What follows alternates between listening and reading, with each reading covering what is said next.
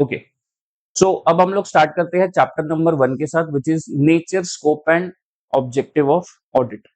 अब सबसे पहले ऑडिट ये शब्द को जानने से पहले हमें यहाँ पर एक शब्द को समझना पड़ेगा, विच इज ट्रस्ट। ट्रस्ट का मतलब क्या होता है कि किसी के ऊपर भरोसा दिखाना, किसी के ऊपर यहाँ पर रिलाय करना। अब करंट सिनेरियो में, आज की डेट में, जब इतने सारे स्कैम्स हो रहे हैं, लोग यहाँ पर इमोशनली डिटैच्ड है एंड यहाँ पर बहुत ही ज्यादा मटीरियलिस्टिक हो चुके हैं, तो ऐसे डेट में यहाँ पर किसी पर भी ट्रस्ट करना इज अ टफ थिंग।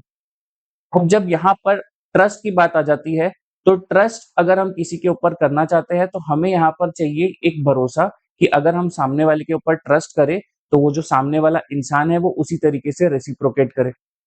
अब ये भरोसा, जब हम बात करते हैं फाइनेंशियल टर्म्स में, तो इसे हम बोलते हैं अश्योरेंस। क्या बोलते हैं हम इसे? अश्योरेंस। मेरे साथ साथ बोलो, क्या बोलते हैं हम इसे? अश्योरेंस। अश्योरेंस मतलब बेसिकली यहाँ पर एक ट्रस्ट दिलाना, एक भरोसा दिलाना कि यहाँ पर जो भी चीजें बताई गई है, जो भी फैक्ट्स है, जो भी फिगर्स है, वो सारे सच है, वो सारे यहाँ पर 100% ट्रू है।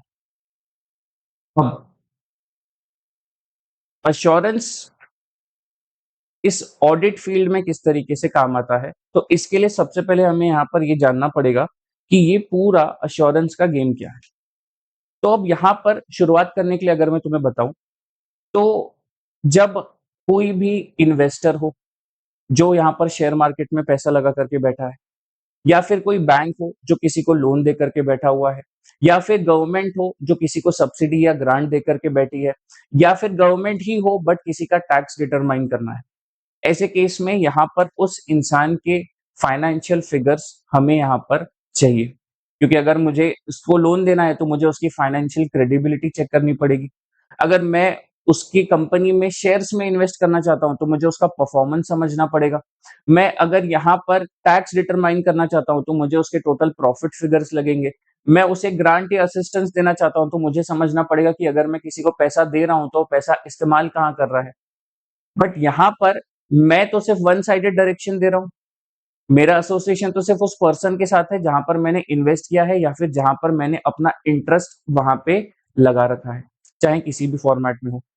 बट जब मेरा उस एंटिटी के साथ एसोसिएशन हो चुका है, बट ये एंटिटी मेरे साथ रेसिप्रोकेशन में एक्चुअली में क्या एक्शन ले रही है, क्या मैंने जो लोन दिया है वो मुझे वापस मिलेगा, क्या मैंने जो इन्वेस्टमेंट किया है उस पर सही रिटर्न्स आ रहे हैं, क्या टैक्स जो उन्होंने पे किया है वो टैक्स का अमाउंट सही है या नहीं है, ये सारी चीजों को अगर मुझे जानना है तो मुझे यहाँ पर लगेगा एक अश्योरेंस।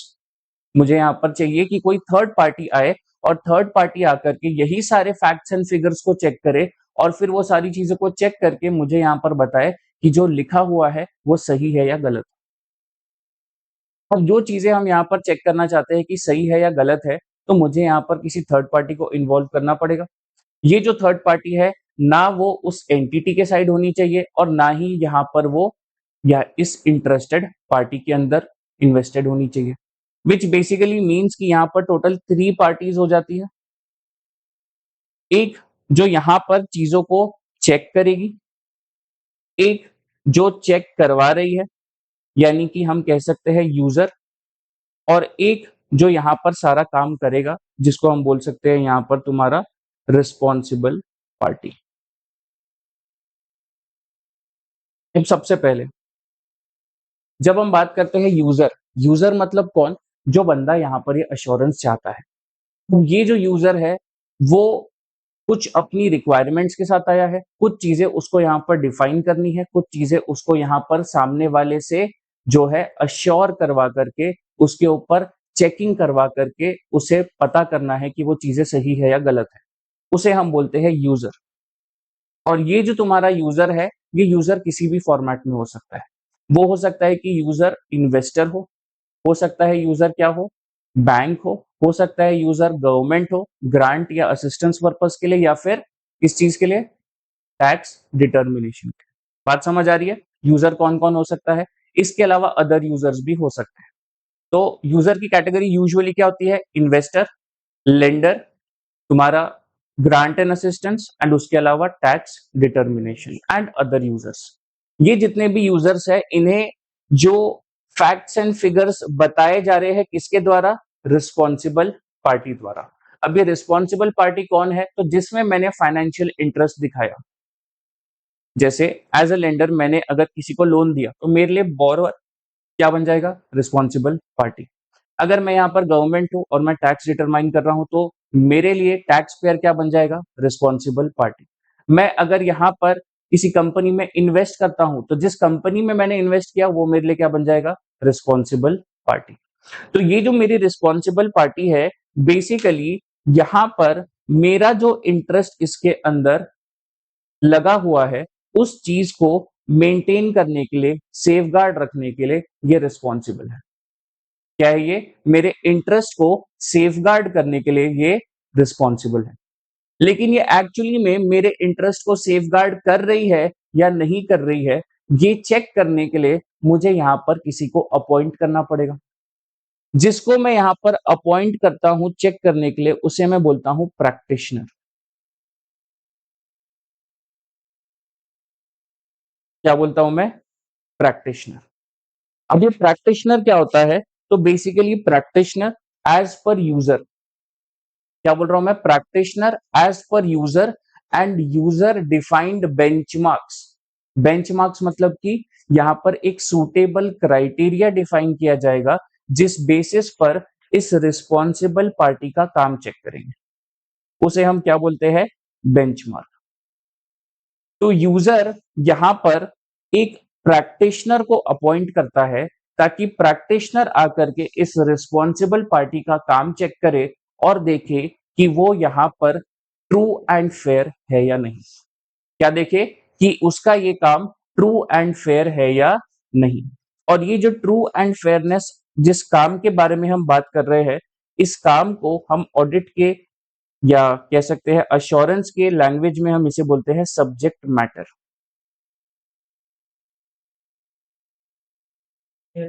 जिस चीज को चेक किया जाता है उसको हम बोलते हैं सब्जेक्ट मैटर। और ये जो सब्जेक्ट मैटर है, ये सब्जेक्ट मैटर कौन बनाता है? ये सब्जेक्ट मैटर बनाती है तुम्हारी रिस्पॉन्सिबल पार्टी। तो ये किसकी जिम्मेदारी है?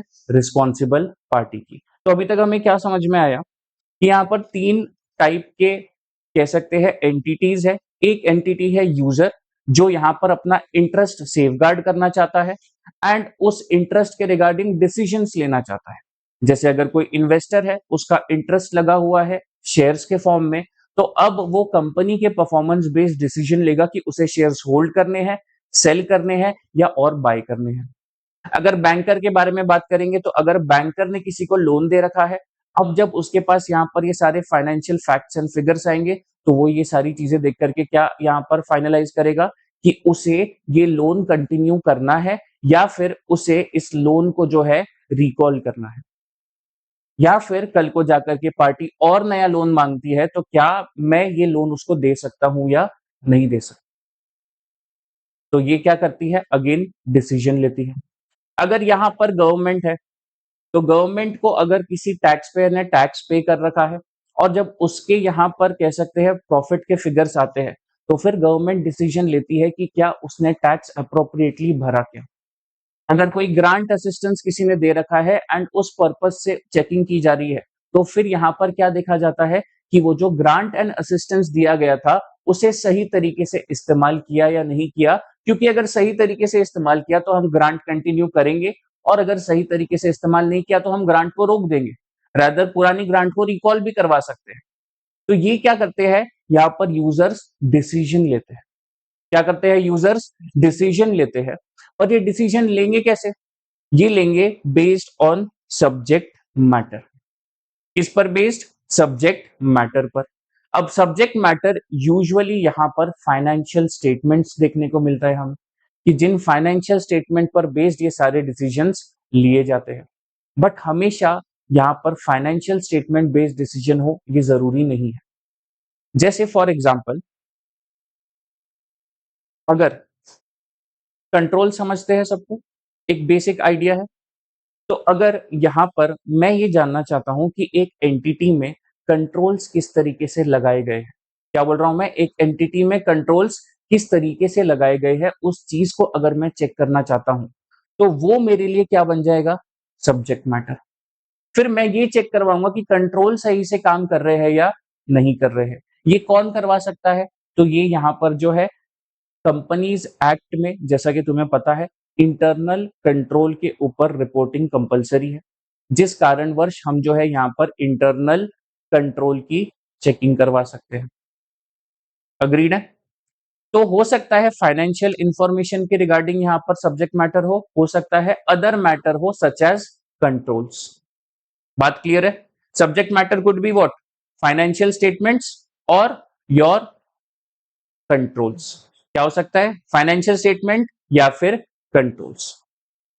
अब तीसरा चीज जो यहां पर आ जाता है कि ये सब्जेक्ट मैटर पे भरोसा कैसे करें, क्योंकि ये बनाया किसने है? रिस्पॉन्सिबल पार्टी पे। और हम डायरेक्टली किसी पर भी भरोसा कर सकते हैं क्या? नहीं। बिना बेसिस के किसी पे भरोसा करना रीजनेबल है क्या? लॉजिकल है क्या? नहीं। चाहे वो पर्सनल लाइफ हो, चाहे वो प्रोफेशनल लाइफ हो, हम किसी पे भरोसा नहीं कर सकते। तो ऐसे केस में यहां पर इस रिस्पॉन्सिबल पार्टी ने अपनी रिस्पॉन्सिबिलिटी रिगार्डिंग सब्जेक्ट मैटर सही से परफॉर्म करी है या नहीं करी है, हम उस चीज को चेक करवाना चाहते हैं। अब रिस्पॉन्सिबल पार्टी की रिस्पॉन्सिबिलिटी रिगार्डिंग सब्जेक्ट मैटर, तो अगर फाइनेंशियल स्टेटमेंट्स बन रहे हैं तो क्या फाइनेंशियल स्टेटमेंट्स प्रॉपरली बने हैं, और अगर कंट्रोल्स की चेकिंग हो रही है तो क्या कंट्रोल्स प्रॉपरली डिजाइन और इंप्लीमेंट किए गए हैं, इस चीज को चेक किया जाता है। तो रिस्पॉन्सिबल पार्टी सब्जेक्ट मैटर के रिगार्डिंग अपनी रिस्पॉन्सिबिलिटी फुलफिल कर रहा है या नहीं, उस चीज को चेक किया जाता है। बट ये चेक करेगा कौन? तो ये चेक करने के लिए यहां पर आता है प्रैक्टिशनर। कौन आता है? प्रैक्टिशनर। प्रैक्टिशनर यहां पर इस सब्जेक्ट मैटर को चेक करता है। वो रिस्पॉन्सिबल पार्टी को चेक नहीं करता है। वो किसे चेक करता है? सब्जेक्ट मैटर को चेक करता है कि क्या ये सब्जेक्ट मैटर यहां पर ट्रू एंड फेयर है या नहीं है। यानी एक तरीके से हम कह सकते हैं कि प्रैक्टिशनर जब आता है तो प्रैक्टिशनर सब्जेक्ट मैटर की टेस्टिंग करता है, सब्जेक्ट मैटर को इवैल्यूएट करता है, एंड देन उसके बाद ये जो तुम्हारा प्रैक्टिशनर है वो उसके ऊपर बनाता है अपना ओपिनियन। क्या बनाता है? ओपिनियन। क्योंकि यूजर तो इसके ऊपर रिलाय तब करेगा जब ये इसे चेक कर लेगा, और प्रैक्टिशनर चेक करने के बाद यहां पर अपना एक ओपिनियन रखेगा, अपनी राय रखेगा कि उसके नजरिए में यहां पर ये सब्जेक्ट मैटर सही से बना या नहीं बना। तो प्रैक्टिशनर का काम है इस चीज को चेक करना, बट चेक करने के बाद उसे अपना कंक्लूजन देना पड़ेगा, जिसे हम बोलते हैं ओपिनियन। और ये ओपिनियन किसको एड्रेस किया जाएगा? यूजर को, क्योंकि एट द एंड डिसीजन किसे लेना है? यूजर को। बात क्लियर है? ठीक है। जब ये प्रैक्टिशनर इस सब्जेक्ट मैटर को टेस्ट करने जाएगा, क्या होगा? जब ये प्रैक्टिशनर सब्जेक्ट मैटर को टेस्ट करने जाएगा तो टेस्ट करते समय यहां पर इसे टेस्टिंग कुछ बेंचमार्क्स के बेसिस पर करनी पड़ेगी। किसके बेसिस पर? बेंचमार्क्स के बेसिस पर। अब ये बेंचमार्क्स क्या होते हैं? तो बेंचमार्क्स बेसिकली एक सूटेबल क्राइटेरिया है। क्या है ये? एक सूटेबल क्राइटेरिया, जिस क्राइटेरिया के बेसिस पर हम ये चेक करते हैं कि सब्जेक्ट मैटर उस क्राइटेरिया को मैच कर रहा है क्या, सब्जेक्ट मैटर उन बेसिक बेंचमार्क के स्टैंडर्ड्स को मीट कर रहा है या नहीं कर रहा है। तो जैसे फॉर एग्जांपल अगर सब्जेक्ट मैटर मेरे लिए फाइनेंशियल स्टेटमेंट्स है, तो क्या मेरे financial statement standards on accounting के हिसाब से प्रॉपरली बने हैं क्या? तो यहां पर ये बन जाता है इस ऑडिटर का बेंचमार्क, या सॉरी इस प्रैक्टिशनर का बेंचमार्क। तो प्रैक्टिशनर के लिए अगर वो फाइनेंशियल स्टेटमेंट्स का चेकिंग कर रहा है तो स्टैंडर्ड्स ऑन ऑडिटिंग ये उसके लिए बेंचमार्क है। अगर वो कंट्रोल्स की चेकिंग कर रहा है तो कंट्रोल्स की चेकिंग में उसके लिए यहां पर कंट्रोल रिस्क, नाम सुना है पहले कभी? कंट्रोल रिस्क पता है क्या होता है? कि कंट्रोल हम लगाते हैं कि चीजें या तो गलत हो ही ना, गलत हो जाए तो पकड़ी जाए, और अगर पकड़ी जाए तो उसे हम ठीक कर दें, जिसे हम ऑडिट की लैंग्वेज में बोलते हैं PDC, prevention, detection and correction. तो कंट्रोल्स का काम होता है कि अगर कोई गलती होने वाली है सिस्टम में तो उसे प्रिवेंट, डिटेक्ट और करेक्ट किया जाए। अब जब उनका काम है प्रिवेंट, डिटेक्ट और करेक्ट करने का, but at the same time controls में भी एक चांसेस है कि कंट्रोल शायद प्रिवेंट, डिटेक्ट और करेक्ट ना कर पाए। तो ये जो चांस होता है कि वो प्रिवेंट, डिटेक्ट और करेक्ट ना कर पाए, हम उसे बोलते हैं कंट्रोल रिस्क। क्या बोलते हैं हम उसे? Control risk. ये जो तुम्हारा कंट्रोल रिस्क है, अगर कंट्रोल्स की चेकिंग करी जाएगी तो कंट्रोल रिस्क तुम्हारा बन जाएगा बेंचमार्क। कि तुमने जब कंट्रोल्स इंप्लीमेंट करे तो उसमें उन कंट्रोल्स में कितना रिस्क बचा, वो कंट्रोल्स अभी भी कितनी गलतियां कर रहे हैं, कितनी ऐसी गलतियां हैं जो वो प्रिवेंट, डिटेक्ट और करेक्ट नहीं कर पा रहे। तो बेंचमार्क मतलब एक सूटेबल क्राइटेरिया जिसके बेसिस पर हम क्या चेक करते हैं? Subject matter. क्या चेक करते हैं? Subject matter. बात क्लियर हो गई? पक्का? ठीक है। तो टोटल पार्टियां कितनी है? 3। Practitioner, user and responsible party. ठीक है। टोटल कितनी पार्टियां हो जाती है? 3। पहली यूजर, दूसरी रिस्पॉन्सिबल पार्टी और तीसरी प्रैक्टिशनर। अब ये जो 3 पार्टियां हैं, इन सब के लिए सबसे मेन फोकस की चीज क्या है? Subject matter. इसे कौन बनाने वाला है? Responsible party. इस पर बेस्ड डिसीजन कौन लेना चाहता है? यूजर। और इसे यहां पर चेक एंड इवेल्युएट करके कौन प्रोवाइड करेगा? प्रैक्टिशनर। बात क्लियर है? और इस पूरे अग्रीमेंट को, यानी तीनों पार्टीज के अग्रीमेंट को हम यहां पर बोलते हैं अश्योरेंस एंगेजमेंट।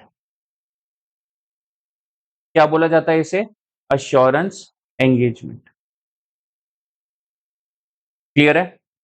तो अश्योरेंस एंगेजमेंट मतलब यहां पर जो तुम्हारा प्रैक्टिशनर है वो रिस्पॉन्सिबल पार्टी के बनाए हुए सब्जेक्ट मैटर को आकर के टेस्ट एंड इवेल्युएट करेगा, उस पर अपना ओपिनियन देगा। किसे देगा ओपिनियन? यहां पर देगा प्रैक्टिशनर, सॉरी यूजर को ओपिनियन देगा।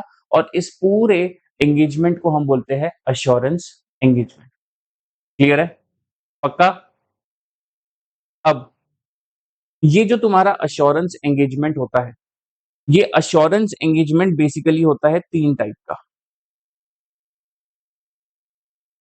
है ना? ये अश्योरेंस एंगेजमेंट हो जाता है टोटल 3 टाइप से। एक जिसको हम बोलते हैं ऑडिटिंग, दूसरा जिसको हम बोलते हैं रिव्यू और तीसरा जिसको हम बोलते हैं अदर अश्योरेंस एंगेजमेंट्स। क्लियर है? तो अश्योरेंस एंगेजमेंट्स कितने टाइप के होते हैं? Auditing, review and assurance engagements या अदर अश्योरेंस एंगेजमेंट्स। तो टोटल 3 टाइप के यहां पर क्या हो जाते हैं तुम्हारे अश्योरेंस एंगेजमेंट्स? पहला ऑडिटिंग, दूसरा रिव्यू और तीसरा अदर अश्योरेंस एंगेजमेंट्स। क्लियर है? पक्का? Auditing, review and other assurance engagements. अब ये जो तुम्हारा auditing, review and other assurance engagements होते हैं, ये तीनों एंगेजमेंट्स में डिफरेंस क्या है? ठीक है। तो शुरुआत करते हैं हम सबसे पहले ऑडिट के साथ। तो audit is basically a reasonable assurance engagement. है तो तीनों ही अश्योरेंस एंगेजमेंट, बट ऑडिट को हम बोलते हैं रीजनेबल अश्योरेंस एंगेजमेंट। क्या बोलते हैं हम उसे? Reasonable assurance engagement. रिव्यू को हम यहां पर बोलते हैं लिमिटेड अश्योरेंस एंगेजमेंट। क्या बोलते हैं हम? Limited assurance engagement. और तीसरा हो जाता है तुम्हारा अदर अश्योरेंस एंगेजमेंट, जिसको हम मॉडरेट या अदर अश्योरेंस एंगेजमेंट भी बोल सकते हैं। ठीक है। सो टोटल 3 टाइप के अश्योरेंस एंगेजमेंट्स हो गए, auditing, review and other assurance engagements. जिसमें अगर मैं अश्योरेंस, अश्योरेंस क्या होता है तुम्हारा? भरोसा। ठीक है। अगर मैं भरोसे के स्टैंडर्ड से अगर तीनों को कंपेयर करना चाहूंगा तो मैं फिर यहां पर 3 टीयर्स क्रिएट करता हूं। क्या करता हूं मैं? यहां पर 3 टीयर्स क्रिएट करता हूं, जिसमें फर्स्ट टीयर होता है तुम्हारा रीजनेबल अश्योरेंस एंगेजमेंट। और जब हम बोलते हैं रीजनेबल अश्योरेंस एंगेजमेंट, मतलब मैं बहुत ही ज्यादा हाई लेवल का अश्योरेंस एंगेजमेंट दे रहा हूं।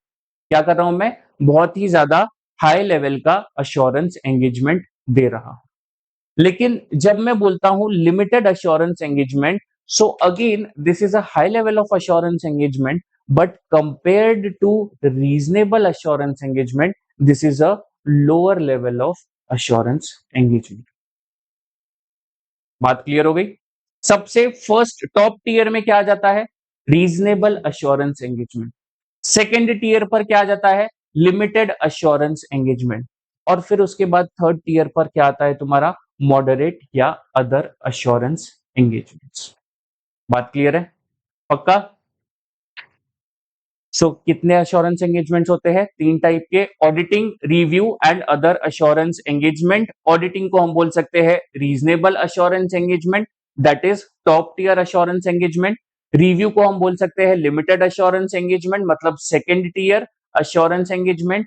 एंड फिर तीसरा हो जाता है तुम्हारा मॉडरेट या अदर अश्योरेंस एंगेजमेंट, जिसको हम बोल सकते हैं third tier assurance engagement. Clear है? ओके। तो तुम्हारे मन में ये सवाल आना चाहिए कि ऐसा क्यों कि ये फर्स्ट ईयर, ये सेकेंड ईयर और ये थर्ड ईयर, इसमें डिफरेंस क्यों आ गया? है तो तीनों ही अश्योरेंस एंगेजमेंट्स, पर तीनों में इतना डिफरेंस क्यों? तो इसके लिए सबसे पहले तुम्हें ये समझना पड़ेगा कि इन तीनों के सब्जेक्ट मैटर्स अलग अलग है। जब हम बात करते हैं ऑडिटिंग एंड रिव्यू की, तो इसमें हमारा सब्जेक्ट मैटर होता है हिस्टोरिकल फाइनेंशियल इंफॉर्मेशन। क्या होता है हमारा subject matter? Historical financial information, which basically means कि ये वो फाइनेंशियल इंफॉर्मेशन है। फाइनेंशियल इंफॉर्मेशन मतलब तुम इसको कह सकते हो रादर फाइनेंशियल स्टेटमेंट्स, क्योंकि ऑडिटिंग इस पूरे सब्जेक्ट के अंदर financial information and financial statements दोनों ही शब्दों को यहां पर इंटरचेंजेबली इस्तेमाल किया गया है। तो मैं फाइनेंशियल इंफॉर्मेशन बोलूं या फिर मैं फाइनेंशियल स्टेटमेंट बोलूं, दोनों ही सेम चीजें हैं। तो तुम्हारा हिस्टोरिकल फाइनेंशियल इंफॉर्मेशन या हिस्टोरिकल फाइनेंशियल स्टेटमेंट मतलब कि जो तुम्हारा यहां पर फाइनेंशियल स्टेटमेंट बनाया गया है, this is based on past transactions and events. किस चीज पर बनाया गया है? पास्ट ट्रांजैक्शंस एंड इवेंट्स पर बनाया गया है, जिसको हम बोलते हैं हिस्टोरिकल फाइनेंशियल इंफॉर्मेशन। सबको ये चीज क्लियर? पक्का? एंड जो तुम्हारा अदर अश्योरेंस एंगेजमेंट है, ये अदर अश्योरेंस एंगेजमेंट फिर बनाया जाता है दो चीजों के बारे में। First one is your prospective financial information and second one could be your controls. Other तीसरा भी बोल सकते हैं others, but that is not defined. तुम्हें बस दो ही याद रखने हैं, prospective financial information and controls. अब प्रोस्पेक्टिव फाइनेंशियल इंफॉर्मेशन जैसा कि हिस्टोरिकल फाइनेंशियल इंफॉर्मेशन बोलता है, उसका एग्जैक्टली पोलर अपोजिट है। अगर historical financial information past transactions and past events पर बेस्ड है, तो मेरे prospective financial information future events और फ्यूचर ट्रांजैक्शंस पर बेस्ड रहेंगे। बट सवाल ये आ जाता है कि जब future transactions and future events के बारे में बात करी जा रही है, तो मैं आज कैसे भरोसा दे दूं कि वो ट्रांजैक्शंस एंड इवेंट्स होंगे? तो इसीलिए यहां पर जो प्रोस्पेक्टिव फाइनेंशियल इंफॉर्मेशन है, ये पास्ट इवेंट्स या ट्रांजैक्शंस पर तो नहीं बन रहे हैं। ये बनाए जाते हैं किसके ऊपर? अजम्पशंस के ऊपर। एंड अजम्पशन बेस्ड यहां पर फ्यूचर के हम ट्रांजैक्शंस एंड इवेंट्स को आइडेंटिफाई करते हैं। तो ऐसे केस में यहां पर क्योंकि प्रोस्पेक्टिव फाइनेंशियल इंफॉर्मेशन खुद ही अजम्पशन बेस्ड होता है, यहां पर प्रैक्टिशनर सिर्फ यही चेक कर सकता है कि जिन अजम्पशंस का इस्तेमाल किया गया है वो रीजनेबल है या नहीं। वो रीजनेबल है या नहीं मतलब कि क्या वो बेसिक लॉजिक बिठाते हैं, क्या उसमें एक बेसिक ट्रेंड फॉलो हो रहा है या नहीं हो रहा है। तो ये प्रोस्पेक्टिव फाइनेंशियल इंफॉर्मेशन क्योंकि इन इट सेल्फ ज्यादा रिलायबल नहीं होते, तो ऐसे केस में प्रैक्टिशनर भी उसके ऊपर सिर्फ मॉडरेट लेवल ऑफ अश्योरेंस ही दे पाता है, यानी कि comparatively lower level of assurance. सीधी सी बात है, फ्यूचर इवेंट्स के ऊपर मैं आज कैसे अश्योरेंस दे दूं? करेक्ट? इसलिए ये मेरा क्या बन जाता है यहां पर? Moderate assurance engagement. एंड उसके अलावा हो सकता है कंट्रोल्स के रिगार्डिंग। कंट्रोल्स के रिगार्डिंग मैं मॉडरेट अश्योरेंस नहीं, मैं बेटर अश्योरेंस दे सकता हूं, इसीलिए वो अदर अश्योरेंस एंगेजमेंट्स में कंसिडर कर लिया जाए। क्लियर है? तो मॉडरेट अश्योरेंस एंगेजमेंट मतलब स्पेसिफिकली प्रोस्पेक्टिव फाइनेंशियल इंफॉर्मेशन का एंगेजमेंट, और तुम्हारे अदर अश्योरेंस एंगेजमेंट में कंट्रोल्स एंड अदर आइटम्स आ जाते हैं। क्लियर है? पक्का? ओके। लेकिन अब ये ऑडिटिंग में रीजनेबल लिखा है और रिव्यू में लिमिटेड लिखा है। अब इसमें क्यों फर्क आ रहा है? क्योंकि सब्जेक्ट मैटर तो एक ही है।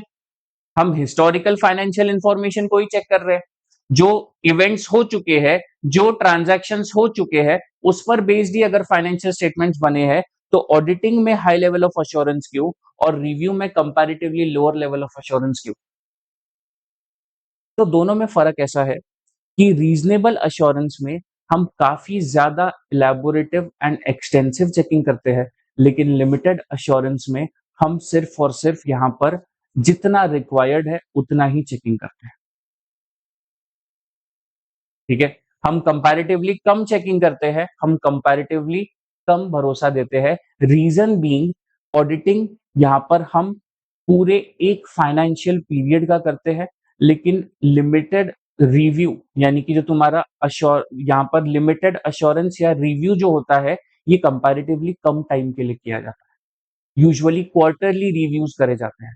तो जो लिस्टेड कंपनीज होती है उनका होता है क्वार्टरली रिव्यू, एंड क्योंकि हर क्वार्टर में यहां पर तुम्हें अश्योरेंस देना है, तो कम समय है तो तुम कम एविडेंस इकट्ठा कर पाओगे, कम ऑडिट कर पाओगे, तो तुम कम अश्योरेंस दे पाओगे। इसलिए ये बन जाता है लिमिटेड अश्योरेंस, एंड ऑडिटिंग बन जाता है रीजनेबल अश्योरेंस, जिसको हम बोलते हैं हाई अश्योरेंस।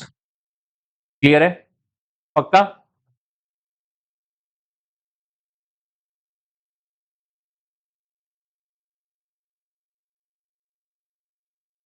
ठीक है। अब ये तीनों चीजें मैंने इसलिए बताई क्योंकि यहां पर जो हमारा ऑडिट ये सब्जेक्ट है, ये सब्जेक्ट है स्टैंडर्ड्स बेस्ड। कैसा है ये? Standards based. जैसे तुमने लॉ देखा, वो है सेक्शन बेस्ड। तुमने इनकम टैक्स देखा, वो भी है सेक्शन बेस्ड। जीएसटी देखा, वो भी है सेक्शन बेस्ड। क्योंकि यहां पर उनके लिए प्रॉपर एक्ट्स डिफाइन कर दिए गए हैं। क्या डिफाइन कर दिए गए हैं? एक्ट्स डिफाइन कर दिए गए। लेकिन ऑडिटिंग में कोई एक्ट नहीं है, ऑडिटिंग में गाइडलाइंस है। क्या है? गाइडलाइंस है। और ये गाइडलाइंस यहां पर कौन देता है तुम्हें? Institute of chartered accountants of India. और ये जो गाइडलाइंस है, ये ऑडिटिंग के रिगार्डिंग यहां पर दिए जाते हैं स्टैंडर्ड्स बेस्ड। कैसे दिए जाते हैं? Standards based. और जब ये स्टैंडर्ड बेस्ड दिए जाते हैं, तो ये जो तुम्हारे स्टैंडर्ड बेस्ड क्या है, गाइडलाइंस, ये बट जाते हैं अलग अलग टाइप ऑफ अश्योरेंस एंगेजमेंट्स में। सबसे पहला तुम्हारा जो अश्योरेंस एंगेजमेंट होता है, वो अश्योरेंस एंगेजमेंट होता है ऑडिट। दूसरा जो तुम्हारा अश्योरेंस एंगेजमेंट होता है, वो होता है तुम्हारा रिव्यू। एंड तीसरा जो तुम्हारा अश्योरेंस एंगेजमेंट होता है, वो है अदर अश्योरेंस एंगेजमेंट्स। ठीक है? जो ऑडिटिंग, जिस अश्योरेंस एंगेजमेंट को हम ऑडिटिंग बोलते हैं, उस पे जो स्टैंडर्ड्स अप्लाई होते हैं, हम उसे बोलते हैं स्टैंडर्ड्स ऑन ऑडिटिंग। जो स्टैंडर्ड्स सिर्फ रिव्यू पर अप्लाई होते हैं, उन्हें हम बोलते हैं स्टैंडर्ड्स ऑन रिव्यू। और जो स्टैंडर्ड्स बचे हुए अदर अश्योरेंस एंगेजमेंट्स पर लगते हैं, हम उसे बोलते हैं स्टैंडर्ड्स ऑन अश्योरेंस एंगेजमेंट्स। बात समझ आ रही है?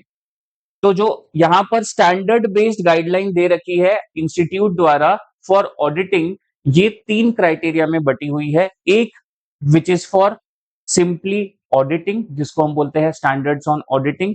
दूसरा standards on review engagement. And तीसरा standards on other assurance engagement. बात क्लियर है? तीन टाइप के अश्योरेंस एंगेजमेंट्स होते हैं। कौन से? Auditing, review and other assurance engagement. और स्टैंडर्ड्स भी तीन टाइप के हो जाते हैं। कौन से? Standards on auditing, standards on review and standards on other assurance engagement, जिसको तुम शॉर्ट में बोलते हो SA, SRE and SAE। Clear है? अब ये स्टैंडर्ड्स ICAI क्यों बनाती है? क्योंकि ICAI बेसिकली कह सकते हैं हम मैन्युफैक्चर करती है ऐसे प्रोफेशनल अकाउंटेंट्स जो इन सारे काम को करने के लिए केपेबल है, जिसे हम बोलते हैं चार्टर्ड अकाउंटेंट। क्या बोलते हैं हम उसे? Chartered accountant. तो ये सारे काम कर कौन सकता है? Chartered accountant.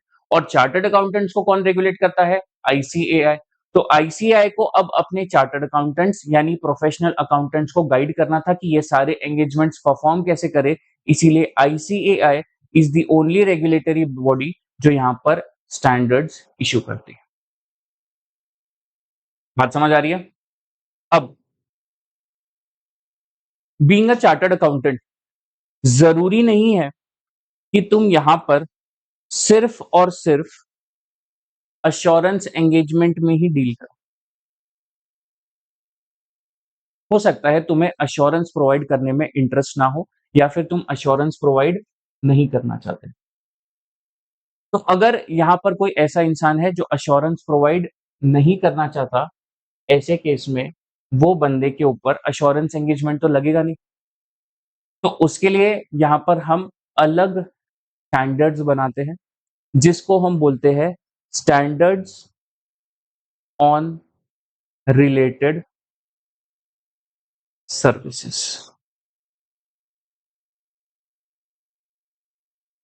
बट ये जो SRS है, मतलब स्टैंडर्ड्स ऑन रिलेटेड सर्विसेज, ये अश्योरेंस एंगेजमेंट से अलग है। बेसिक डिफरेंस, यहां पर हम अश्योरेंस नहीं देते। अभी तक हमने जितने भी चीजें देखी, audit, review and other assurance engagement, इन तीनों ही चीजों में हमने यहां पर अपने अश्योरेंस एक्सपर्टीज का इस्तेमाल किया। किस चीज का इस्तेमाल किया? Assurance expertise. लेकिन जब हम यहाँ पर SRS में आ जाते हैं, तो स्टैंडर्ड्स ऑन रिलेटेड सर्विसेज में हम हमारे अकाउंटिंग एक्सपर्टीज की सर्विस देते हैं। किसकी सर्विस देते हैं? Accounting expertise. बाकी एश्योरेंस में हम क्या दे रहे थे? अश्योरेंस एक्सपर्टीज की सर्विस दे रहे थे। लेकिन जब हम बात करते हैं रिलेटेड सर्विसेज में, तब हम यहां पर देंगे अपने अकाउंटिंग एक्सपर्टीज की सर्विसेज। अब अकाउंटिंग एक्सपर्टीज की सर्विसेज मतलब कि हम इसे शॉर्ट में बोल सकते हैं कंपाइलेशन ऑफ अकाउंट्स। क्या बोल सकते हैं हम इसे? Compilation of accounts. तो SRS लगता है जब एक प्रोफेशनल अकाउंटेंट, जिसे हम बोलते हैं चार्टर्ड अकाउंटेंट, ठीक है। सो बेसिकली कहानी ऐसी है कि ICAI ने जब सारे स्टैंडर्ड्स और सब कुछ बनाए, तो उसने वर्ड इस्तेमाल किया है प्रोफेशनल अकाउंटेंट, क्योंकि चार्टर्ड अकाउंटेंट ये बाद में डेजिग्नेट किया गया था, पहले हम उसे बोलते हैं प्रोफेशनल अकाउंटेंट। सो कल को जाकर के अगर चार्टर्ड अकाउंटेंट का नाम बदल करके अगर चार्टर्ड ऑडिटर बन गया, तो भी हम उसे प्रोफेशनल अकाउंटेंट ही बोलेंगे। तो बाद में अगर नाम भी बदल गया, तब भी हम उसे जनरली गाइडलाइंस में कैसे एड्रेस करते हैं? प्रोफेशनल अकाउंटेंट के नाम से। इसीलिए चाहे ये चैप्टर नंबर 1 हो या फिर तुम्हारा यहाँ पर चैप्टर नंबर 11 हो, दोनों ही केसेस में तुम्हें देखने को मिलेगा प्रोफेशनल अकाउंटेंट। रीजन बीइंग कि ये जो नाम है चार्टर्ड अकाउंटेंट, ये आज और कल कभी भी बदला जा सकता है, लेकिन गाइडलाइंस में उस पर्टिकुलर डेजिग्नेशन को एड्रेस किया गया है प्रोफेशनल अकाउंटेंट के नाम से। क्लियर है? अब क्योंकि प्रोफेशनल अकाउंटेंट है, नाम में ही अकाउंटेंट है, हो सकता है अश्योरेंस सर्विस ना देते हुए क्या दे दे? अकाउंटिंग सर्विस दे दे। तब वहां पर लग जाता है SRS, standards on related services. But जब स्टैंडर्ड्स ऑन रिलेटेड सर्विसेज लगता है, तब कभी भी तुम्हारा जो प्रोफेशनल अकाउंटेंट है, वो यहाँ पर अश्योरेंस नहीं देगा। बस इतना याद रखना है। क्लियर है? पक्का? All clear? तो अभी तक हमने कितने स्टैंडर्ड्स देख लिए?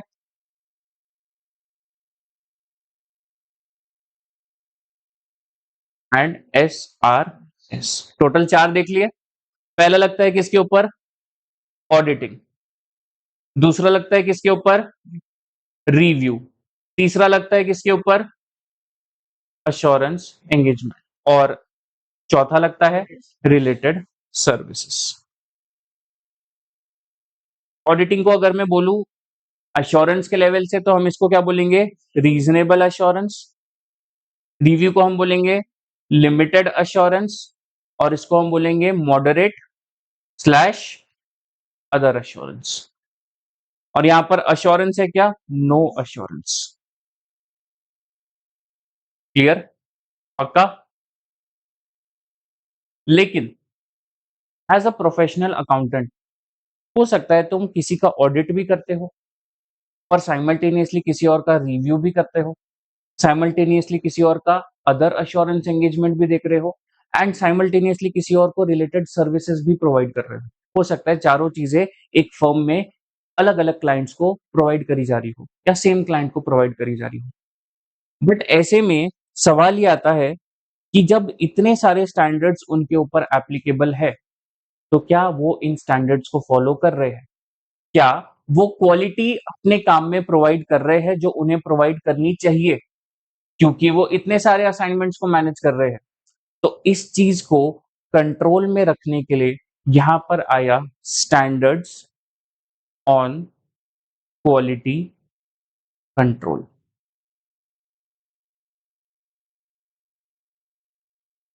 और इसका बेसिक पर्पस है कि through out all types of engagements, क्या बोल रहा हूं मैं? ऑल टाइप्स ऑफ एंगेजमेंट, इसमें सारे आ गए।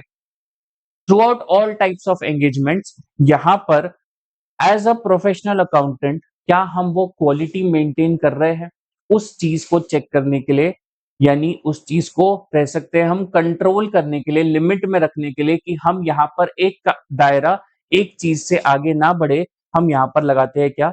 Standards on quality control.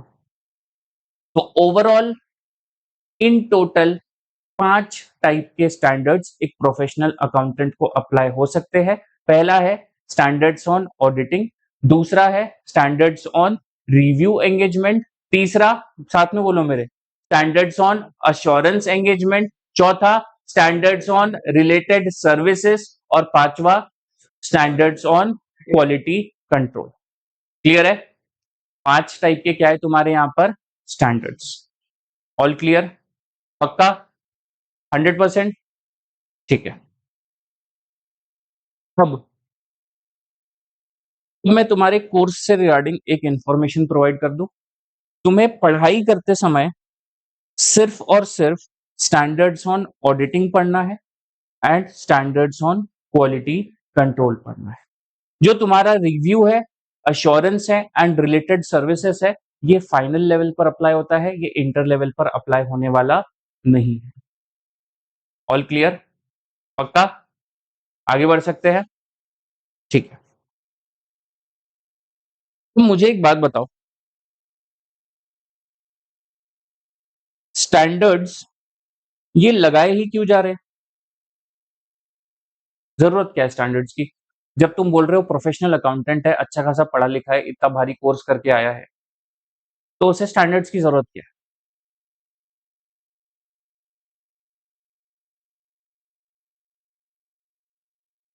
Correct. सो होता ऐसा है कि यहाँ पर क्योंकि बहुत सारा पढ़ के आया है, तो सबका अपना नेक्स्ट लेवल का ज्ञान होता है।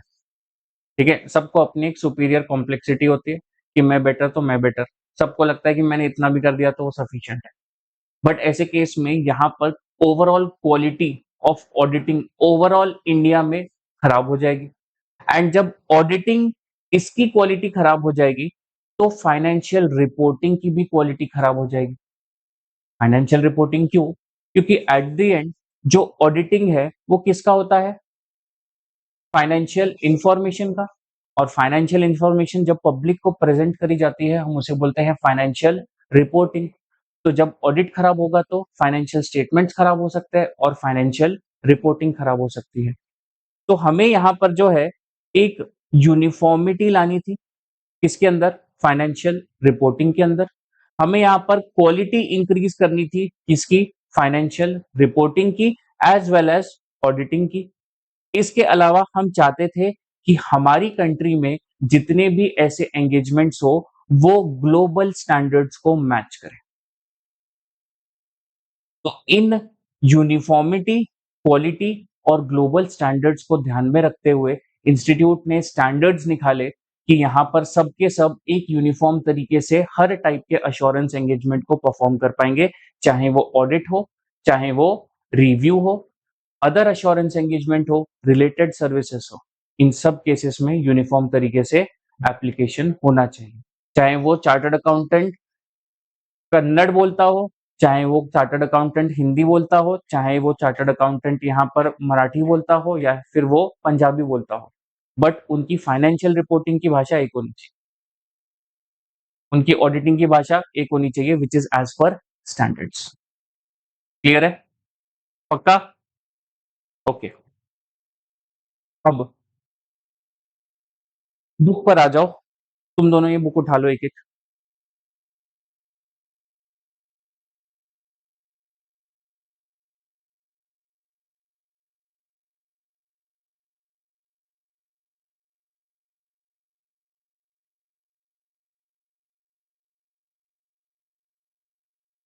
ठीक है, पेज नंबर 5 पर आ जाओ।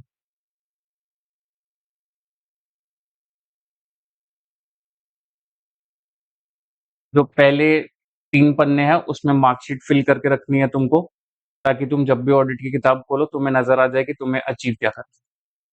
ठीक है, पेज नंबर 5 पर आओ फटाक से। आ गए सब लोग? अब यहाँ पर हम समझेंगे क्या? Assurance engagement. कंसेप्चुअली सब समझ चुके हो, अब बारी है रटने की। ठीक है, अब सबसे पहले हम आ जाते हैं किस चीज के ऊपर? अश्योरेंस एंगेजमेंट के ऊपर। सबसे पहले तो मैं तुम्हें बता दूं एंगेजमेंट इस शब्द का मतलब क्या है, कि यहाँ पर एक फॉर्मल अग्रीमेंट है। क्या बोला जा रहा है? फॉर्मल अग्रीमेंट है। तो एंगेजमेंट के बाजू में एरो लिख करके क्या लिख दोगे तुम? Formal agreement.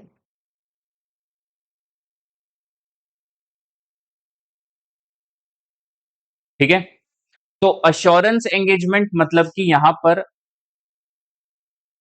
ट्रस्ट प्रोवाइड करने का फॉर्मल अग्रीमेंट। ठीक है, अब इस केस में कहे तो ऐसा है कि दिस इज एन एंगेजमेंट। क्या है ये? एक एंगेजमेंट है between a practitioner that expresses a conclusion. Practitioner क्या करेगा? अपना कंक्लूजन निकालेगा। कंक्लूजन क्यों निकाल रहा है? कि यहां पर जो कॉन्फिडेंस है किसका? इंटेंडेड यूजर का। किसका? इंटेंडेड यूजर का। कौन कौन हो सकता है intended user? It could be an investor, it could be a lender, it could be government from grant और असिस्टेंस एंगल, या फिर टैक्स डिटर्मिनेशन एंगल। तो ये जो तुम्हारे इंटेंडेड यूजर्स है उनका कॉन्फिडेंस को हमें बढ़ाना है। तो यहां पर हमारा जो कंक्लूजन होता है एज अ प्रैक्टिशनर, इसे डिजाइन किया जाता है ताकि जो डिग्री ऑफ कॉन्फिडेंस है इंटेंडेड यूजर का, उसको जो है हम इंक्रीज कर सके। किस चीज के ऊपर? Other than responsible party about the outcome of the evaluation or measurement of a subject matter against criteria। Against क्या? क्राइटेरिया। क्राइटेरिया मतलब एक बेंचमार्क, एक सूटेबल क्राइटेरिया। और यहां पर जो तुम्हारा प्रैक्टिशनर है वो क्या चेक कर रहा है? वो चेक कर रहा है कि रिस्पॉन्सिबल पार्टी ने जो सब्जेक्ट मैटर बनाया है उसे वो क्या करता है? Evaluate and measure against a criteria, ताकि वो उसके ऊपर अपना क्या बना सके? कंक्लूजन। और जब कंक्लूजन बनाएगा तो क्या बढ़ेगा? इंटेंडेड यूजर का कॉन्फिडेंस। क्लियर है? आगे। It means that practitioner gives an opinion about specific information due to which users of information are able to make confident decisions, knowing well that chance of information being incorrect is diminished। Practitioner को यहाँ पर क्यों लेकर के आए हैं? कि यहाँ पर भरोसा बढ़े, और भरोसा तब बढ़ेगा जब यहाँ पर उस इंफॉर्मेशन, उस सब्जेक्ट मैटर जिसे चेक करा जा रहा है उसके अंदर एरर और गलतियां यानी इनकरेक्टनेस क्या हो जाए? डिमिनिश यानी कि रिड्यूस। क्लियर है? Okay, so assurance engagement is an engagement where a practitioner provides a conclusion to increase the desired confidence of intended user after evaluating and measuring the subject matter prepared by responsible party against a suitable criteria is called an assurance engagement. क्या बोला जाता है इसे? assurance engagement. वापस से, it is an engagement where the practitioner provides a conclusion to increase the desired confidence of intended users after evaluating and measuring the subject matter against a suitable criteria prepared by responsible party. अब language के बारे में यहां पर मैं तुम्हें एक चीज डिफाइन करूं, जो शब्दों का हमने फोकस करके इस्तेमाल किया, चाहे मैंने सीक्वेंस आगे पीछे कर दी, अगर इतना सीक्वेंस आगे पीछे करोगे एग्जाम में तो चलता है, बट मैटर क्या करता है कि तुम्हारे सेंटेंस में दिखना चाहिए practitioner, responsible party, subject matter, criteria and conclusion या ओपिनियन। अगर ये शब्द दिख गए तो तुम्हारी तुम्हारी ऑडिट की लैंग्वेज मैच हो गई। ठीक है, सीक्वेंस एकदम जैसा किताब में लिखा है वो जरूरी है क्या? नहीं, ये शब्द जरूरी। क्लियर है? पक्का? ओके। अब अश्योरेंस एंगेजमेंट्स के एलिमेंट्स पर आ जाते हैं। अश्योरेंस एंगेजमेंट के एलिमेंट्स है थ्री वॉस। क्या है? थ्री वॉस। अब ये थ्री वॉस या थ्री वास जो भी तुम्हें बोलना है, उसका बेसिक मीनिंग क्या है? नंबर वन, थ्री मतलब it is a three party relationship. क्या है ये? एक three party relationship. Three party relationship मतलब कि practitioner, responsible party and intended users के बीच। So this is an assurance engagement जहां पर तीन पार्टीज है, एक प्रैक्टिशनर, एक रिस्पॉन्सिबल पार्टी और एक इंटेंडेड यूजर। प्रैक्टिशनर का काम क्या है? उसे देना है अश्योरेंस। अश्योरेंस एंगेजमेंट में अश्योरेंस कौन लेकर के आ रहा है? प्रैक्टिशनर। कौन लेकर के आ रहा है? प्रैक्टिशनर। अच्छा, प्रैक्टिशनर का मतलब सिर्फ ऑडिटर होता है क्या? नहीं, अभी अपन ने देखा उसमें रिव्यूअर भी आ जाता है, उसमें अदर अश्योरेंस एंगेजमेंट का प्रैक्टिशनर भी आ जाता है।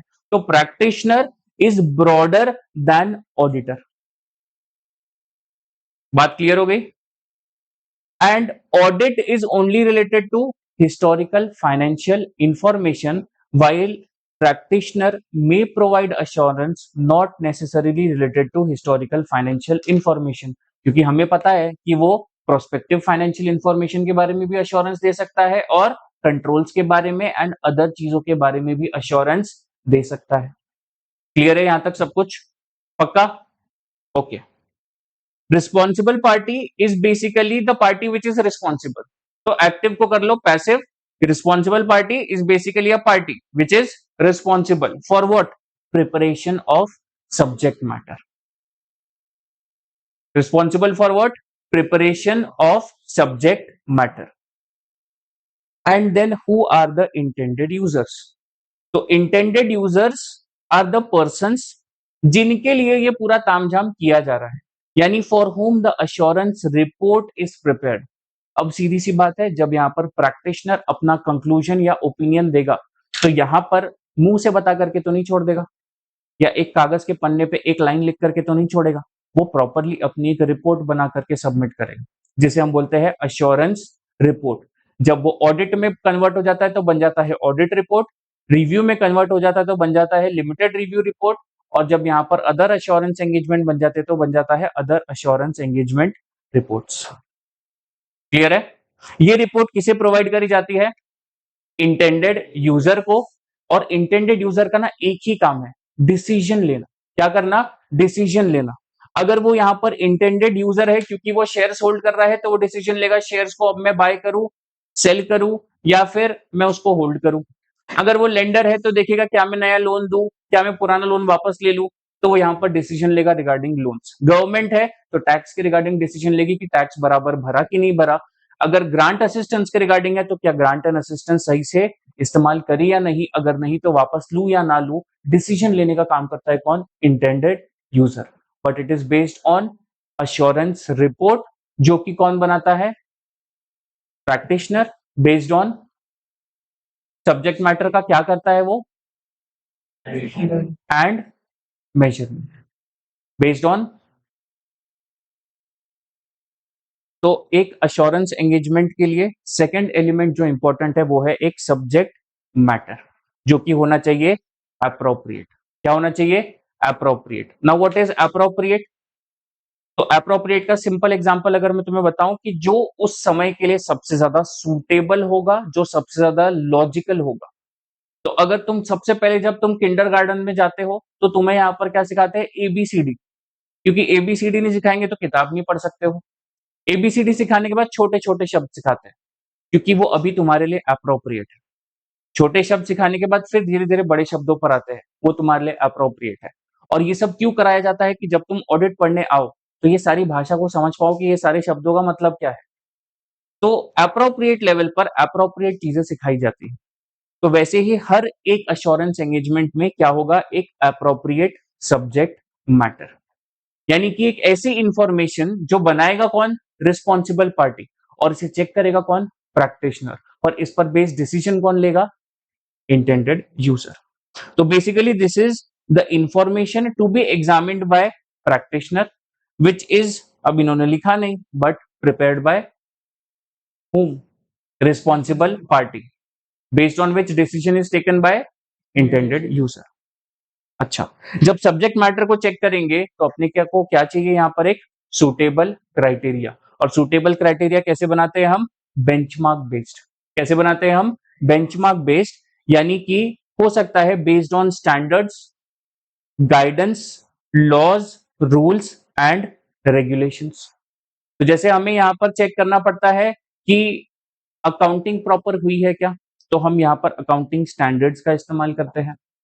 आईसीएआई अलोंग विद स्टैंडर्ड्स यहाँ पर कुछ गाइडेंस नोट्स भी शेयर करती है, जो कि तुम्हें ना इधर पढ़ना है ना फाइनल में पढ़ना है। जब तुम रियल लाइफ में प्रैक्टिस करोगे तब तुम गाइडेंस नोट का इस्तेमाल करते हो।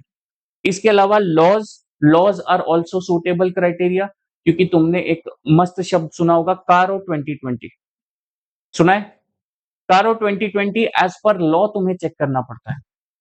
तो that becomes your benchmark of checking, कि कारों के हर एक 21 क्लॉज को तुम यहाँ पर अप्लाई करके देखते हैं, बराबर। इसके बाद एक सेक्शन है 143, सुना है? उसे हम बोलते हैं ऑडिटर्स रिपोर्टिंग। तो ऑडिटर कंपनीज एक्ट के सेक्शन 143 के हिसाब से कुछ चीजों को चेक करता है। और सेक्शन 143 सब सेक्शन 3 का जो क्लॉज नंबर जे है, उसमें है रूल नंबर 11, जिसमें टोटल 6 चीजें चेक करनी है। तो तुम्हें यहाँ पर रूल्स भी देखने पड़ते हैं। एंड उसके अलावा और कोई रेगुलेशंस हो, रेगुलेशंस क्या, तो जैसे एमसीए ने समझो यहाँ पर ऑडिटर्स के लिए कोई नया फॉर्म लेकर के आ गया which is under a regulation, तो वो फॉर्म भी फिल करना पड़ेगा, उस हिसाब से भी चेकिंग करनी पड़ेगी। That also becomes a benchmark. Clear? तो बेंचमार्क कैसे बनता है, standards, guidance, laws, rules and regulations. And then comes your sufficient appropriate evidence. तुम्हारे इस पूरे सब्जेक्ट का most repeated word is your sufficient appropriate evidence. But क्योंकि यहां पर सीए इंटर का पूरा सब्जेक्ट सिर्फ ऑडिटिंग पर बेस्ड है, तो तुम यहां पर देखते हो sufficient and appropriate audit evidence, जिसको हम प्यार से बुलाते हैं Sai, sufficient and appropriate audit evidence. ठीक है, क्या बोलते हैं हम उसे, साई। लेकिन जब हम प्रैक्टिशनर की बात कर रहे हैं, यानी अश्योरेंस एंगेजमेंट की बात कर रहे हैं, तो इसमें अलग अलग टाइप के क्या आ जाएंगे, एंगेजमेंट्स आ जाएंगे। तो हम यहाँ पर इसे जनरली इस खाली इस सेक्शन में हम इसे बोलते हैं सफिशिएंट अप्रोप्रिएट एविडेंस। और जैसा कि नाम बताता है, सफिशिएंट मतलब बात कर रहा है क्वांटिटी की, और जब हम बोलते हैं अप्रोप्रिएट तो बात कर रही है क्वालिटी की। वापस से, सफिशिएंट मतलब क्वांटिटी एंड अप्रोप्रिएट मतलब क्वालिटी। ठीक है, एक चीज मैं रेकमेंड करूंगा, यहां पर ब्रैकेट में लिख दो, रेलेवेंस एंड रिलायबिलिटी।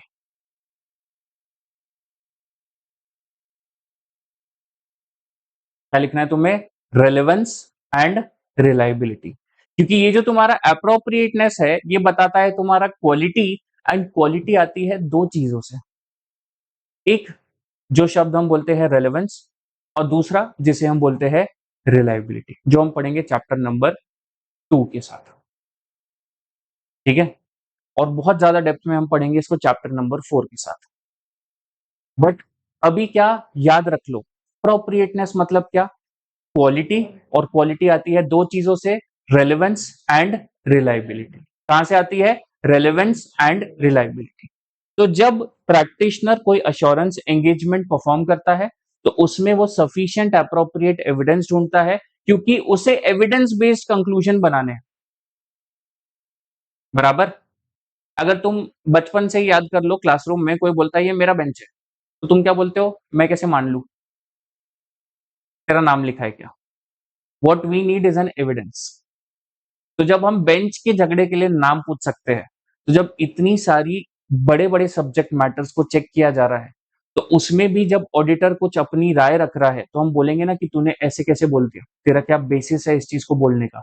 तो बेसिस के लिए यहाँ पर लगता है एविडेंस, और ये जो एविडेंस है ये छोटा मोटा होना चाहिए क्या, नहीं, ये होना चाहिए सफिशियंट एंड अप्रोप्रिएट, मतलब क्वांटिटी भी अच्छी हो एविडेंस की और क्वालिटी भी अच्छी हो एविडेंस की।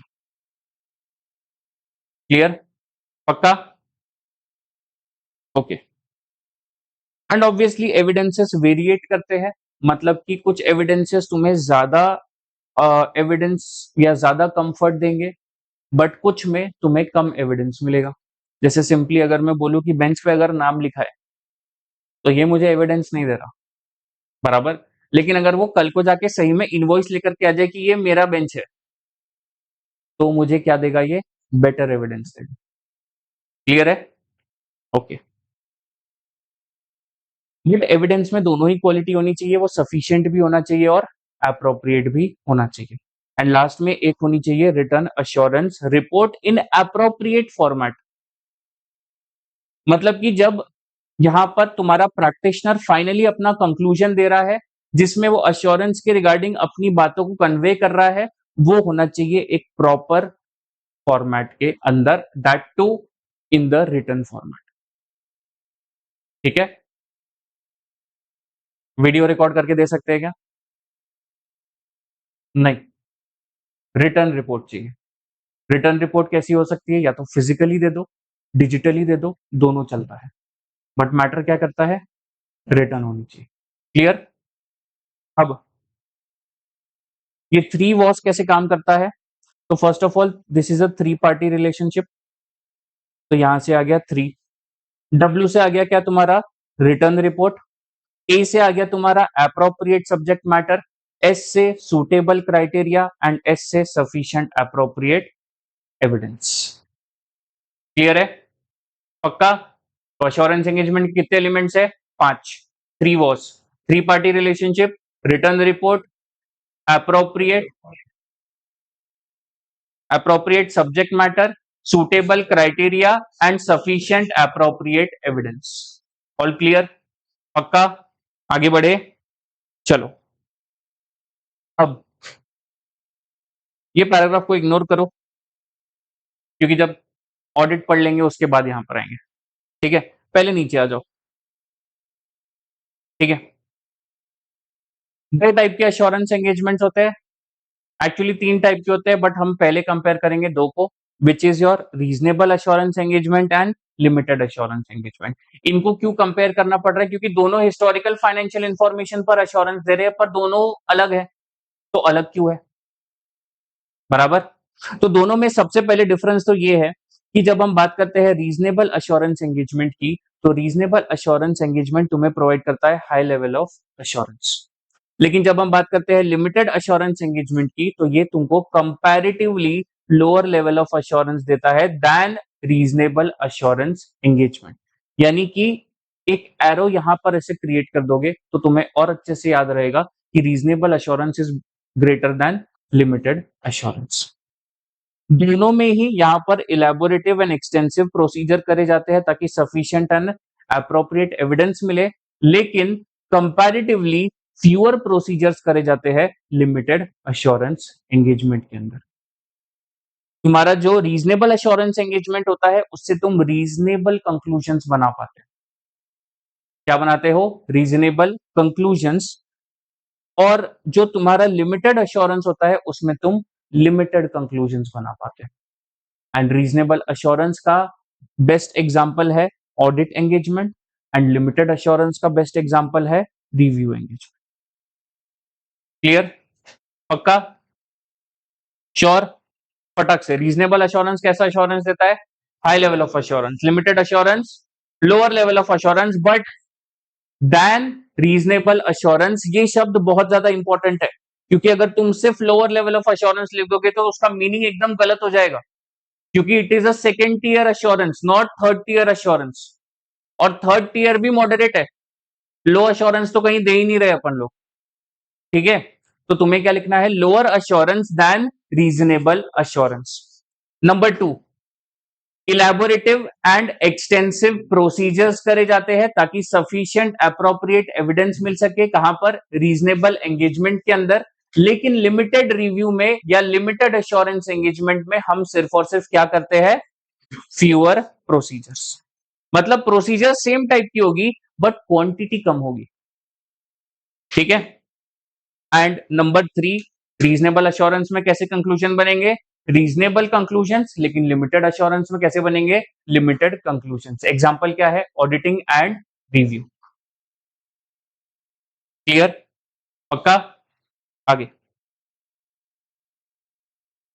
Besides reasonable assurance and limited assurance engagement, there is another kind of assurance which is related to matters other than historical financial information. And ये कौन से मैटर्स हो सकते हैं?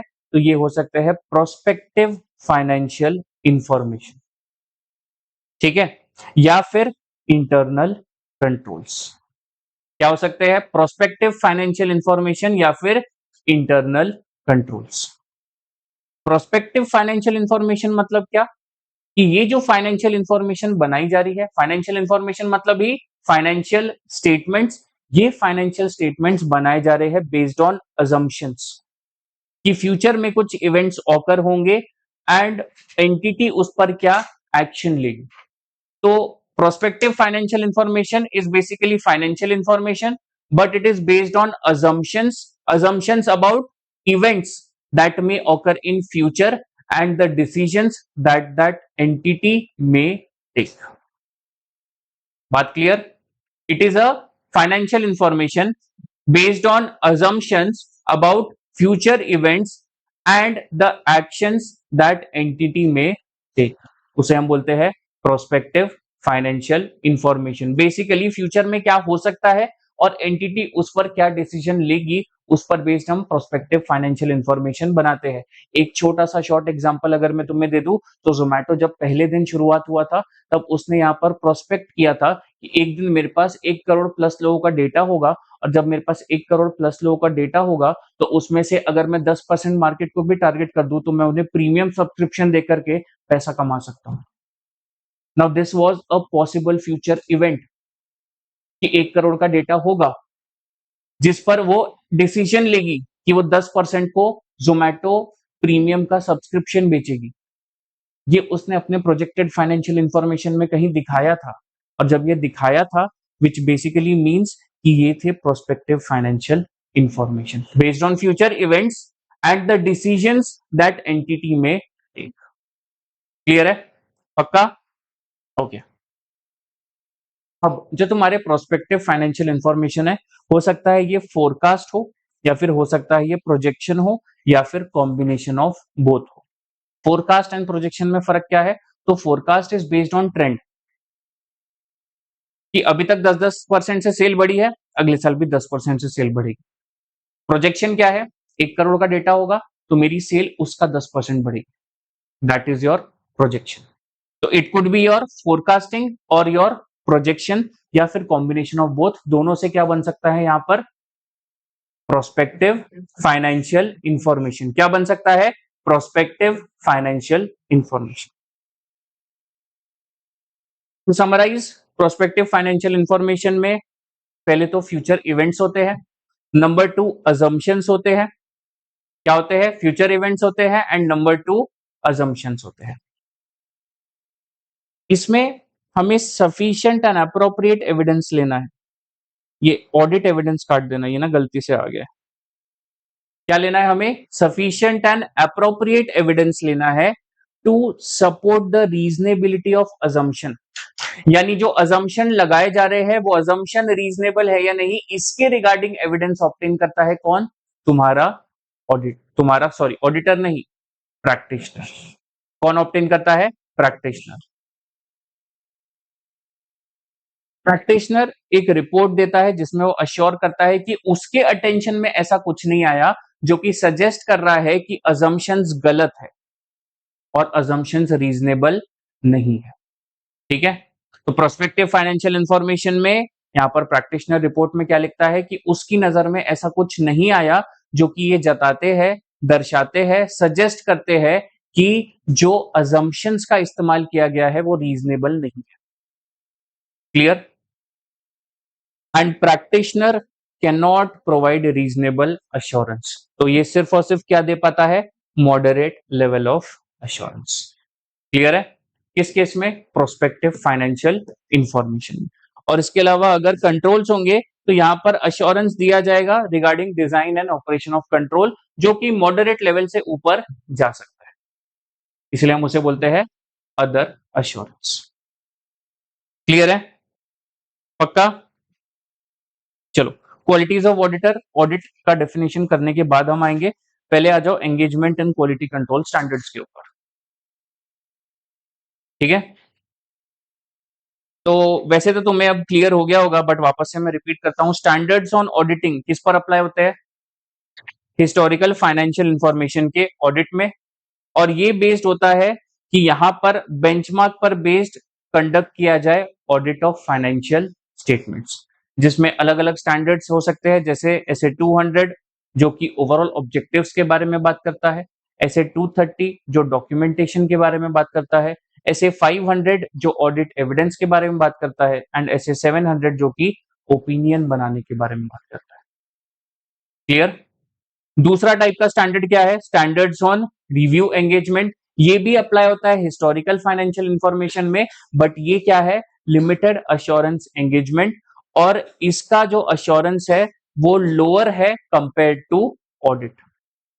और यहां पर है एसआरई 2400 एंड 2410, जो कि बेसिकली यहां पर लगते हैं रिव्यू के ऊपर, and review of interim financial information, जिसे हम quarterly financial statements of listed companies जो बोलते हैं ना, हर क्वार्टर में रिजल्ट्स आता है, तो वो उसकी रिपोर्ट जब भी तुम खोलोगे तुम्हें ये दोनों स्टैंडर्ड्स का रेफरेंस दिखेगा रिपोर्ट में, पहले और दूसरे पैराग्राफ के अंदर। ठीक है, ट्राई करके देखना। इसके बाद नेक्स्ट आता है तुम्हारा standards on assurance engagement, but ये किस पर अप्लाई होता है? Other than historical financial information. It may relate to providing assurance regarding non-financial matters like design and operation of internal controls. ठीक है, इसमें लग जाता है ऐसे ई 3400 एंड 3420, जिसमें examination of prospective financial information and compilation of proforma information for prospectus. अब prospectus तुमने पढ़ा होगा कंपनीज एक्ट में। प्रोस्पेक्टस तब लाया जाता है जब आईपीओ लाया जाता है। आईपीओ लाया जाता है तो ये भी बताया जाता है कि फंड्स किस चीज के लिए इस्तेमाल होंगे, और अगर फंड्स इस्तेमाल कर रहे हैं तो कंपनी को अपना एक प्रोजेक्शन देना पड़ता है कि इस फंड के इस्तेमाल से फ्यूचर में एंटिटी के फाइनेंशियल्स कैसे नजर आएंगे। और वो जब बनाता है कोई प्रोफेशनल अकाउंटेंट तो वहां पर लगता है एसए ई 3420। ठीक है, इसके बाद लास्ट है तुम्हारा क्या? स्टैंडर्ड्स ऑन रिलेटेड सर्विसेज, जिसमें जो हमारा प्रोफेशनल अकाउंटेंट है अश्योरेंस दे रहा है क्या? नहीं, बट यहां पर ये जो अग्रीड अपॉन प्रोसीजर होंगे, मतलब सामने वाली एंटिटी ने जिस चीज के लिए हमें एंगेज किया उनके साथ हमने कुछ कंपाइलेशन एंगेजमेंट या रिलेटेड सर्विस प्रोवाइड करने के प्रोसीजर्स पर अग्री किया, उस चीज को हम यहाँ पर परफॉर्म करते हैं। ये एंगेजमेंट में प्रैक्टिशनर असिस्ट करता है मैनेजमेंट को in preparation and presentation of financial information, of historical financial information without obtaining assurance. मतलब यहां पर वो अश्योरेंस नहीं दे रहा है। इसकी भी रिपोर्ट बन सकती है, बट इसकी जब रिपोर्ट देंगे तो प्रैक्टिशनर उस रिपोर्ट में क्लियरली स्टेट करेगा, मतलब स्पेशली एक्सप्लिसिटली लिख करके देगा कि this is not an assurance engagement and no opinion is being expressed. Clear? इसमें ऐसे 4400 एंड 4410 लग जाता है, जिसमें 4400 लगता है तुम्हारे नॉर्मल अग्रीड अपॉन प्रोसीजर्स पर, जो मैनेजमेंट ने बोला वो सीधे सीधे करके दे दो, एंड 4410 लगता है कंपाइलेशन ऑफ अकाउंट्स के ऊपर, यानी जब हम फाइनेंशियल स्टेटमेंट्स को कंपाइल करके उन्हें बना करके देते हैं ट्रायल बैलेंस से, उसे हम बोलते हैं कंपाइलेशन एंगेजमेंट। तो वहां लग जाएगा SRS 4410। क्लियर? पक्का? All right. एंड देन पांचवा स्टैंडर्ड जो हर केस में अप्लाई हो जाता है, which is standards on quality control. तो standards on quality control basically पूरी फर्म पर अप्लाई होता है। किस पर अप्लाई होता है? पूरी फर्म पर। सिर्फ एक टाइप के एंगेजमेंट पर अप्लाई हो रहा है क्या? नहीं, अभी तक जितने स्टैंडर्ड्स देखिए वो सब एक टाइप के एंगेजमेंट पर अप्लाई हो रहे थे, पर जो तुम्हारा स्टैंडर्ड्स ऑन क्वालिटी कंट्रोल है वो फर्म के ऊपर अप्लाई होगा। किसके ऊपर अप्लाई होगा? फर्म के ऊपर। अच्छा, वो क्या देगा? रिस्पॉन्सिबिलिटीज। अब एक चीज मैं यहां पर क्लियर करना चाहूंगा, जितने भी स्टैंडर्ड्स है, चाहे वो ऑडिटिंग हो, रिव्यू हो, अश्योरेंस हो, रिलेटेड हो या क्वालिटी कंट्रोल हो, जहां स्टैंडर्ड्स वहां रिस्पॉन्सिबिलिटीज। क्या बोल रहा हूं मैं? जहां स्टैंडर्ड्स वहां रिस्पॉन्सिबिलिटीज, क्योंकि मैंडेटरीली स्टैंडर्ड्स के द्वारा हम एक यूनिफॉर्म फाइनेंशियल रिपोर्टिंग का साइकिल क्रिएट करना चाहते हैं, और जिस चीज के लिए हमें यहां पर क्या लगने वाला है? रिस्पॉन्सिबिलिटीज। हमें उन्हें ड्यूटीज देनी पड़ेगी, और ड्यूटीज हम रिस्पॉन्सिबिलिटीज के थ्रू उनके ऊपर डिफाइन करेंगे।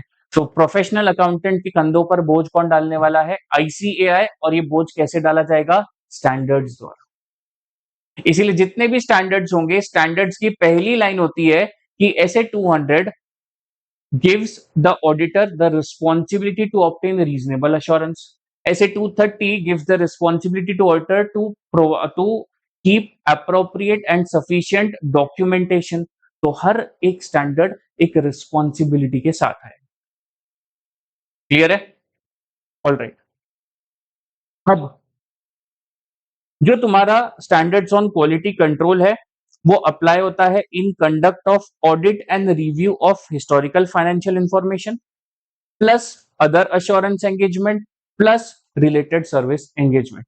यानी ऊपर दिए गए चारों के चारों स्टैंडर्ड्स पर जो भी एंगेजमेंट करोगे, सब में SQC कॉम्प्लीमेंटरी आ जाएगा। तो जैसे मैकडोनल्ड्स में अलग अलग बर्गर के साथ फ्राइज आते हैं, उसी तरीके से ऑडिट में, या कह सकते हैं अश्योरेंस एंगेजमेंट्स में, यहाँ पर प्रैक्टिशनर के हर एंगेजमेंट के साथ SQC 1 आ जाएगा कॉम्प्लीमेंट्री। तो ये हर जगह पर अप्लाई होगा, और ये पूरे फर्म के ऊपर रिस्पॉन्सिबिलिटी डालता है कि एक सिस्टम ऑफ क्वालिटी कंट्रोल बनाओ, कि जिसमें तुम्हारी पूरी फर्म और उसके पर्सोनल मतलब कि स्टाफ, एम्प्लॉइज, आर्टिकल्स, ये सब किसके अंदर आ जाते हैं? पर्सोनल के अंदर। तो ये जो तुम्हारा पर्सोनल है, ये सारे प्रोफेशनल स्टैंडर्ड्स कौन से? ऐसे SRE, SAE एंड SRS, इनको फॉलो करे, सारे रेगुलेटरी एंड लीगल रिक्वायरमेंट्स को फुलफिल करे, ताकि जो रिपोर्ट है वो फाइनली जब हम इशू करें तो ये रिपोर्ट होनी चाहिए एप्रोप्रिएट, और ये इंश्योर करता है सिस्टम ऑफ क्वालिटी कंट्रोल। ठीक है? All right.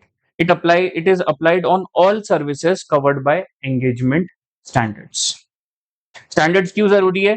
क्योंकि हम यहां पर चाहते हैं कि audit against an established benchmark हो, ताकि ग्लोबल प्रैक्टिसेस को मीट कर सके, ओवरऑल फाइनेंशियल रिपोर्टिंग की क्वालिटी बढ़े, यहाँ पर यूनिफॉर्मिटी ऑफ ऑडिट बढ़े, जितने भी यहाँ पर प्रोफेशनल अकाउंटेंट्स है वो अपनी प्रोफेशनल नॉलेज एंड स्किल को इक्विप करके रखे एंड आगे बढ़ते रहे, एंड यहाँ पर स्टैंडर्ड्स ओवरऑल ऑडिट क्वालिटी को भी इंश्योर करते हैं। बराबर? ये सारी चीजें तुम क्वालिटी, यूनिफॉर्मिटी, ग्लोबल स्टैंडर्ड्स, इन तीन शब्दों के साथ ऑडिट एंड फाइनेंशियल रिपोर्टिंग, इसका परम्यूटेशन कॉम्बिनेशन लगाओ, तुम्हारा आंसर आ जाएगा। फाइनेंशियल रिपोर्टिंग की क्वालिटी बढ़ानी है, उसमें यूनिफॉर्मिटी लानी है, ग्लोबल प्रैक्टिसेस को मैच करना है। ऑडिट की क्वालिटी बढ़ानी है, यूनिफॉर्मिटी लानी है और ग्लोबल प्रैक्टिसेस को मैच करना है।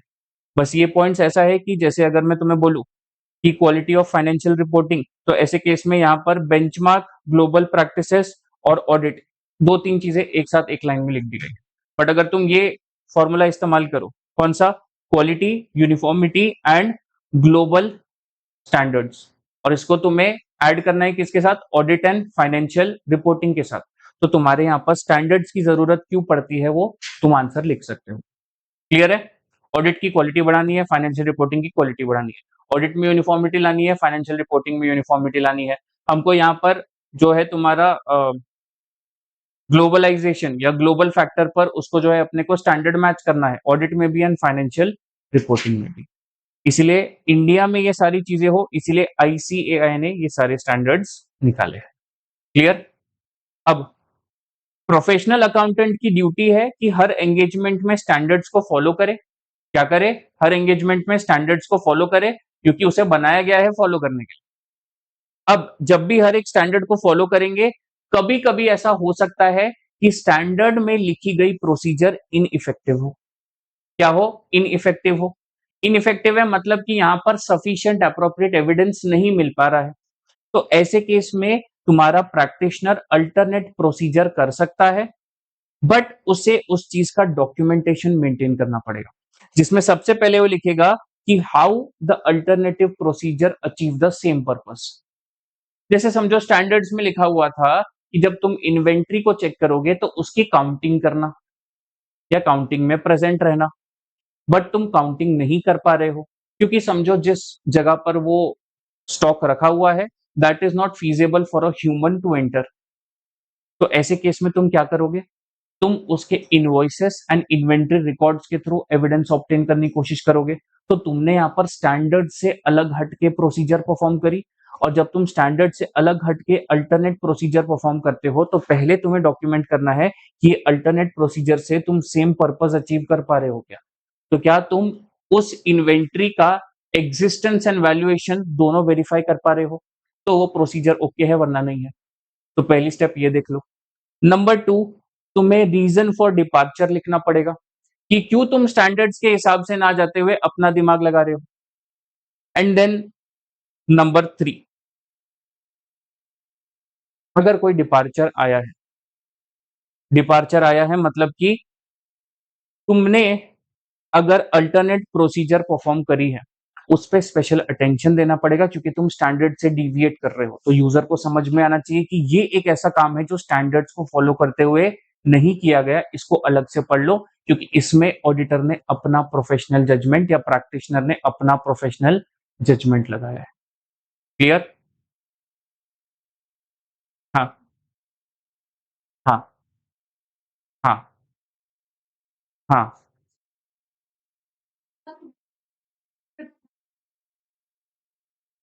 देखो, मोस्ट अप्रोप्रिएट आंसर लिखना है यहाँ पर। मोस्ट अप्रोप्रिएट में कैसा है कि चीजें मेंशन ना करना कुड ऑलवेज बी रिस्की, तो better to describe it explicitly. ठीक है? And lastly, mere disclosure does not mean compliance of standards.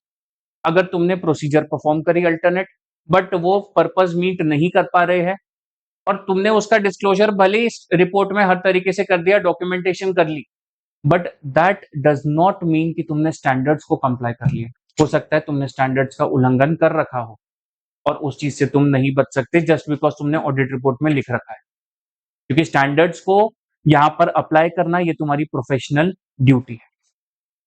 Clear? पक्का? All right. अब यहां पर एक स्टैंडर्ड्स का चार्ट है जो तुम मेरे टेलीग्राम चैनल पे पढ़ा है उससे डाउनलोड कर लो। मैं तुम्हें ट्यूसडे को इसका प्रिंट आउट दे दूंगा। बट तुम्हें करना क्या है?